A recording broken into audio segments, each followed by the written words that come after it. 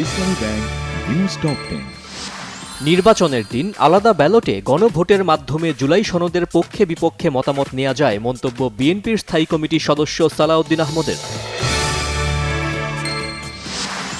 প্রশাসনের শীর্ষ পদগুলোতে একটি ধর্মভিত্তিক দলের অনুসারীদের বসানো হয়েছে বলেছেন বিএনপির সিনিয়র যুগ্ম মহাসচিব রুহুল কবির রিজভী।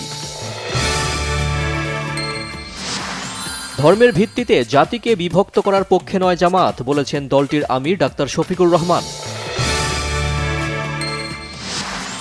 শহীদ মিনারে ভাষা সৈনিক আহমদ রফিকের মরদেহে শেষ শ্রদ্ধা, পরে শোভাযাত্রা করে নিয়ে আসা হয় বারডেমে। খাগড়াছড়িতে অবরোধ প্রত্যাহার, ফিরছে প্রাণ চাঞ্চল্য, ১৪৪ ধারা বহাল থাকলেও পরিস্থিতি স্বাভাবিক। ক্রেতা, বাইং হাউস, শিপিং এজেন্ট এবং ফ্রেইট ফরওয়ার্ডদের প্রতারণায় রপ্তানিকারকদের প্রায় ২০,০০০ কোটি টাকা বিদেশে আটকা পড়েছে, দাবি বিজিএমইএর।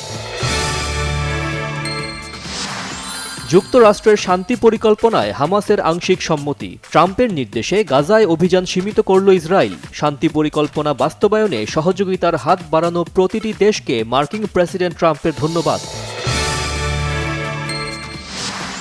বেকারত্বের অবসান, দুর্নীতি দমন এবং শিক্ষা ও স্বাস্থ্যসেবা পরিষেবার মান বৃদ্ধির দাবিতে জেনজি প্রজন্মের বিক্ষোভে উত্তাল মরক্কো। বিসিবি নির্বাচন থেকে সরে দাঁড়ানোর ঘোষণা দিলেন রাজশাহী বিভাগ থেকে পরিচালক পদপ্রার্থী হাসিবুল আলম। প্রতিপক্ষ মোখলেসুর রহমানের বিপক্ষে ভোটারদের জিম্মি করার অভিযোগ তার। ভেনেজুয়েলা ও পুয়ের্তো রিকোর বিপক্ষে দুটি আন্তর্জাতিক প্রীতি ম্যাচের জন্য ২৮ সদস্যের আর্জেন্টিনার দল ঘোষণা করেছেন কোচ লিওনেল স্কালোনি।